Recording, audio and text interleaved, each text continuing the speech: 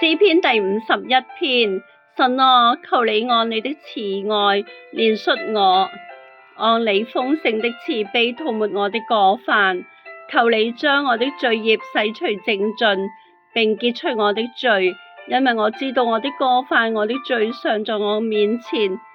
我向你犯罪，唯獨得罪了你，在你眼前行了這惡，以致你責備我的時候顯為公義，判斷我的時候顯為清正。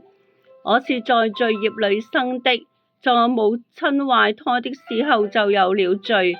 你所喜愛的是內裏誠實，你在我隱密處必使我得智慧。求你用牛膝草潔淨我，我就乾淨；求你洗滌我，我就比雪更白。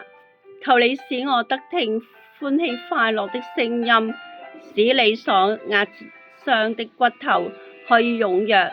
求你掩面不看我的罪，塗抹我一切的罪孽。神啊，求你為我造清潔的心，使我裡面重新有正直的靈。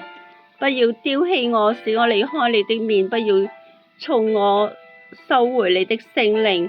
求你使我仍得救恩之樂，賜我樂意的靈扶持我。我就把你的道指教有過犯的人，罪人必歸順你。神啊，你是拯救我的神，求你救我脫離流人血的罪。我的舌頭就高聲歌唱你的公義。主啊，求你使我嘴唇張開，我的口便傳揚讚美你的話。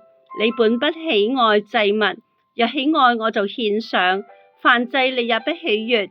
神所要的祭就是憂傷的靈。神啊，憂傷痛悔的心你必不輕看。求你隨你的美意善待錫安，建造耶路撒冷的城牆。那時你必喜愛公義的祭和燔祭，並全牲的燔祭。那時人必將公牛獻在你壇上。